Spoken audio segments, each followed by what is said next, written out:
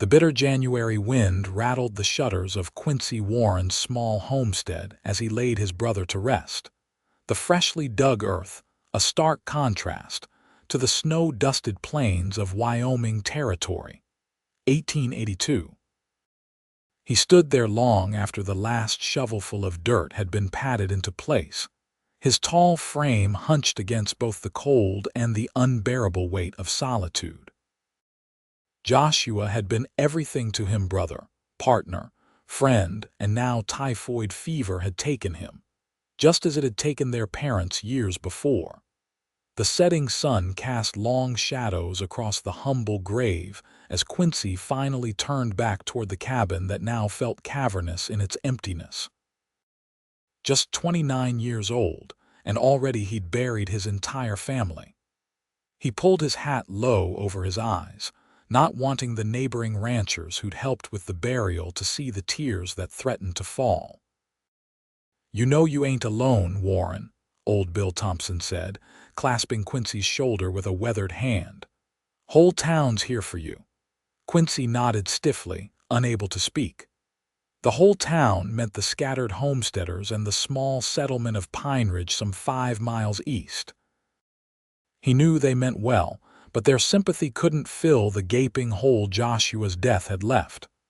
"I'll be fine," he managed to say, his voice rough from days spent at his brother's bedside, watching helplessly as the fever claimed him inch by inch. "Just need some time." As the small gathering of neighbors dispersed, mounting their horses and heading back to their own homesteads, Quincy stood on his porch and watched them go. The Warren brothers had been a fixture in the territory for nearly 5 years, building their small cattle operation from nothing. Now it was just him, the herd, and the vast emptiness of the Wyoming plains. Inside, he bolted the door and slumped into the chair by the cold hearth. Joshua's belongings still lay scattered around the cabin: his worn boots by the door, his favorite book on the table, his guitar leaning in the corner. Quincy couldn't bring himself to touch any of it. Moving it felt like admitting Joshua was never coming back. The next days passed in a fog of grief. Quincy fed the cattle mechanically, repaired fences without thinking, and returned each night to a cabin he couldn't bear to enter. He took to sleeping in the barn, the familiar smell of hay and horses more comforting than the emptiness of the house. He avoided town, sending brief notes with passing travelers when he needed supplies. The thought of pitying glances and well-meaning condolences was more than he could stomach. He'd endure this his own way alone. One particularly bitter evening in early February, nearly 2 weeks after the burial, Quincy trudged back from the north pasture. The sun had long since set, and the temperature had dropped sharply. Even his thick sheepskin coat couldn't keep the cold from seeping into his bones. As he approached the cabin, something caught his eye on the porch. A covered pot sat on the small table by the door, steam still rising from beneath the lid despite the freezing air. Beside it was a folded note. Quincy looked around suspiciously, but saw no one. He picked up the note with stiff fingers. "Mr. Warren," it read in a neat feminine hand, "I thought you might appreciate a hot meal. Please enjoy this beef stew. You are in our thoughts. Hannah Richardson." Hannah Richardson. The name was vaguely familiar. Quincy recalled a family that had moved to the area last spring, a widowed father and his 2 grown daughters who'd taken over the old Peterson place about 3 miles southwest. He'd seen them in town occasionally, but had never spoken more than a few passing words. He considered the pot suspiciously. He wasn't one for charity. Pride had kept the Warren brothers going through the hardest winters, the driest summers. But the aroma seeping from under the lid made his empty stomach growl in protest. When was the last time he'd eaten a proper meal? He couldn't remember. With a resigned sigh, Quincy took the pot inside and ladled a portion into a bowl. The stew was rich and flavorful tender beef, potatoes, carrots, and herbs he couldn't name. It warmed him from the inside out, and for the first time since Joshua's death, he felt something other than hollow grief. The next morning, he left the cleaned pot on his porch, intending to return it when he next went to town.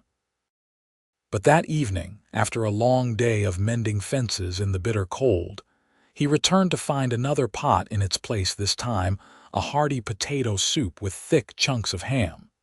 No note accompanied this offering, but Quincy knew who'd left it. Again, he took it inside, the warmth of the food at odds with his confused feelings.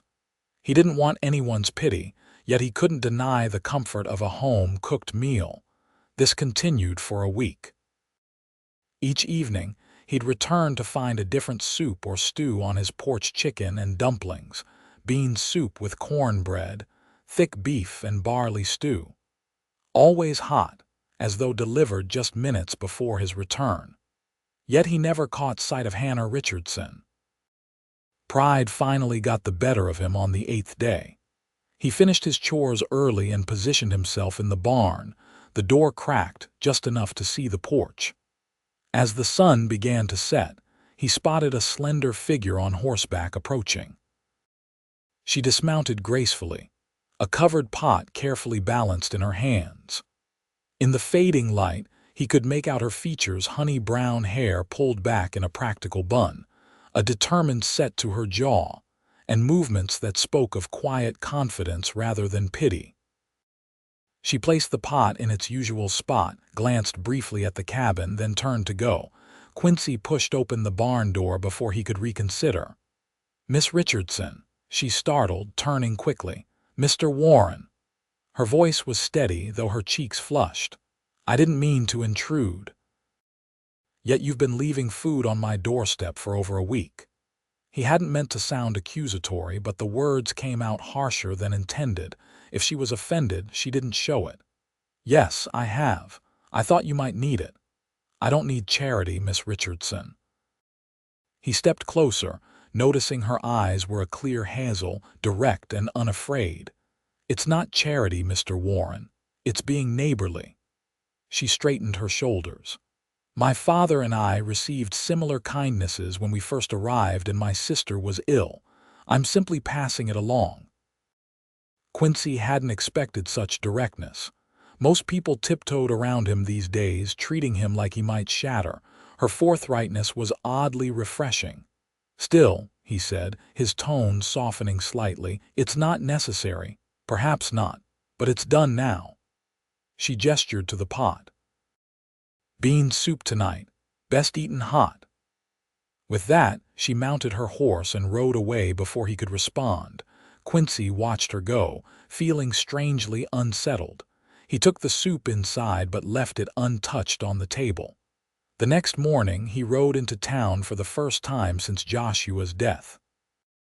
Pine Ridge was little more than a wide spot in the road: a general store, a small saloon, a blacksmith, and a handful of other buildings strung along a dusty main street. Quincy tied his horse outside the general store and stepped inside, blinking as his eyes adjusted to the dimmer light. "Well, I'll be," Mr. Olson, the storekeeper, said. "Quincy Warren." "Good to see you, son." Quincy nodded stiffly. "Need some supplies." He handed over his list, determined to complete his business quickly. As Mr. Olson gathered the items, the bell over the door jingled, and Quincy turned to see Hannah Richardson enter, a basket over her arm. She paused when she saw him, then nodded politely. "Mr. Warren." "Miss Richardson." An awkward silence fell between them as Mr. Olson continued to assemble Quincy's supplies. Finally, Hannah spoke. "How did you find the soup?"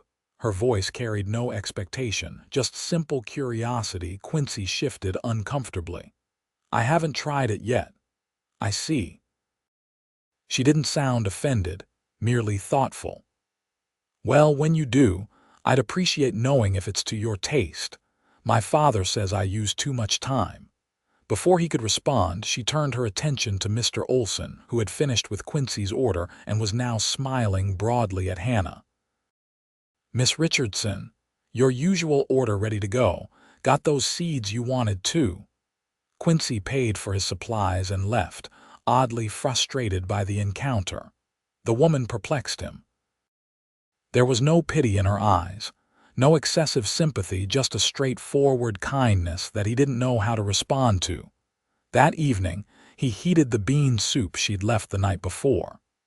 It was delicious, with a rich, smoky flavor that spoke of hours of careful preparation. He found himself wondering about Hannah Richardson, what had brought her family to Wyoming, why she'd taken it upon herself to feed a stranger, and why he couldn't stop thinking about those direct hazel eyes. The next day, he left a note on his porch. Soup was good, not too much time. QW. When he returned that evening, a new pot waited alongside a folded piece of paper. "Glad you enjoyed it. This is chicken noodle, my mother's recipe, HR," and so began a strange correspondence.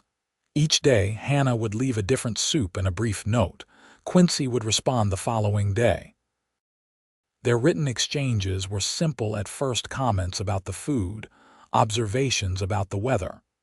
But gradually, they began to share more. He learned that she was 26, the elder of 2 daughters. Her mother had died when she was 18, and her father had moved them west after her sister Mary recovered from a serious bout of pneumonia. They'd tried farming in Kansas before settling in Wyoming. Hannah loved to cook and had dreams of perhaps opening a small restaurant someday. In return, Quincy found himself sharing bits of his own story, how he and Joshua had come west after their parents died, determined to build something of their own. How they'd worked odd jobs from Texas to Montana before settling in Wyoming and saving enough to buy their small ranch. How Joshua had always been the optimist, the dreamer, while Quincy was the practical one. 2 weeks into their peculiar communication, Quincy returned to find no pot on his porch. Instead, Hannah herself sat on the steps, wrapped in a thick wool coat, her breath visible in the cold air. "Miss Richardson," he said, surprised. "Mr. Warren." She stood, brushing off her skirt. "I hope I'm not intruding. I thought perhaps we might progress from notes to actual conversation." Despite himself, Quincy felt the corner of his mouth twitch upward. "Bold of you." "Life's too short not to be bold occasionally." Something in her voice hinted at personal experience with that truth. "Besides, I've brought stew again, and it's getting cold." She gestured to the pot at her feet. Quincy found himself nodding and opening the door to his cabin for the first time to someone other than himself since Joshua's death. Hannah stepped inside, taking in the sparse furnishings and the evident signs of neglect. She said nothing about the layer of dust on the shelves, or the untouched items that clearly belonged to Joshua. Instead, she moved to the stove and set about heating the stew as though it were the most natural thing in the world. "You don't have to do that," Quincy said, suddenly aware of how long it had been since he'd invited anyone into his home. "I know." She continued her work. "But I'd like to. Sometimes it helps to do ordinary things when everything else feels broken." The simple truth of her words struck him.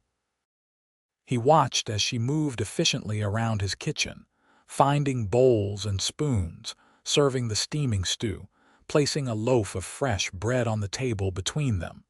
They ate in silence for a few minutes before Hannah spoke again. "My mother used to say that grief is just love with nowhere to go." She met his eyes across the table. "I thought that was nonsense until she died. Then I understood." Quincy set down his spoon. "Why are you doing this, Miss Richardson? Feeding a stranger, sharing your thoughts?" She considered the question seriously. "When we first came here, Mary was still weak from her illness. Pa was working dawn to dusk to get our place in order. I was trying to keep us all fed and the house running." She broke off a piece of bread. "Mrs. Thompson, Bill's wife, showed up one day with a pot of soup, just like this. Said nothing, just left it. She did that every 3 days for a month until Mary was strong enough to help again. She looked up at him, her gaze direct. It wasn't just the food, though, that helped. It was knowing we weren't alone out here. That matters in a place like this. Quincy felt something shift inside him, a small crack in the wall he'd built around his grief. "Joshua would have liked you," he said, surprising himself with the admission. "He was always making friends, inviting people over, said humans weren't meant to live isolated. And what do you think?" Hannah asked. "I think." Quincy paused, searching for the right words. "I think I'm grateful for the soup." Hannah smiled then, a genuine smile that reached her eyes and transformed her face. "Good, because I have at least a dozen more recipes to try." After that evening, something changed. Hannah continued to bring soup every other day, but now she would stay and share the meal with him. Sometimes they would talk about their families, their dreams, the challenges of ranching in Wyoming. Other times, they would sit in comfortable silence, the presence of another person enough to ease the aching loneliness. Gradually, Quincy began to emerge from his shell of grief.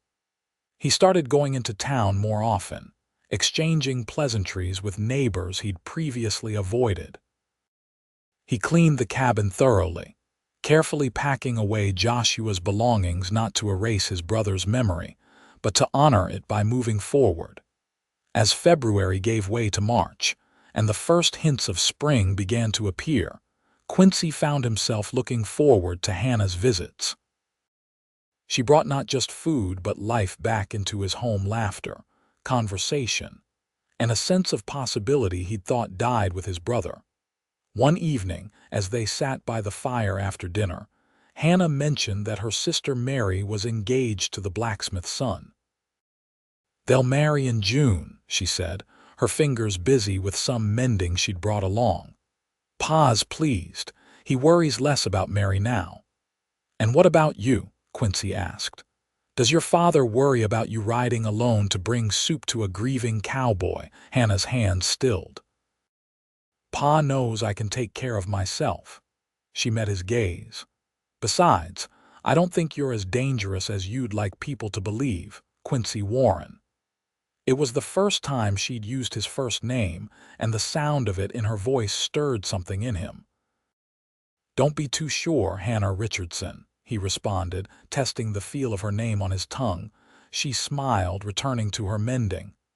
"I'm rarely wrong about people. It's a gift." "Is that why you chose me for your soup charity, some kind of intuition?" Hannah's expression grew serious. "Partly. I saw you at the general store the day after your brother's burial. You looked lost, like you were standing at the edge of something vast and empty." She set down her sewing. "I know that look. I wore it myself after Ma died." Quincy hadn't realized she'd noticed him before the soup began appearing. "And you thought soup would fix that?" "No," she said softly. "Nothing fixes that. But sometimes a warm meal and a reminder that the world is still turning can help you take the next step, and the next, until one day you realize you've been walking forward all along." The honesty of her words touched something deep within him. Without thinking, he reached across the space between them and took her hand. Her skin was warm, her fingers calloused from hard work not unlike his own. "Thank you," he said simply, "for the soup, for everything." Hannah's fingers tightened around his. "You're welcome." As March progressed, their relationship deepened. Hannah began arriving earlier and staying later. They took to walking the boundaries of his property together, Hannah pointing out early wildflowers and Quincy showing her where he planned to expand the herd.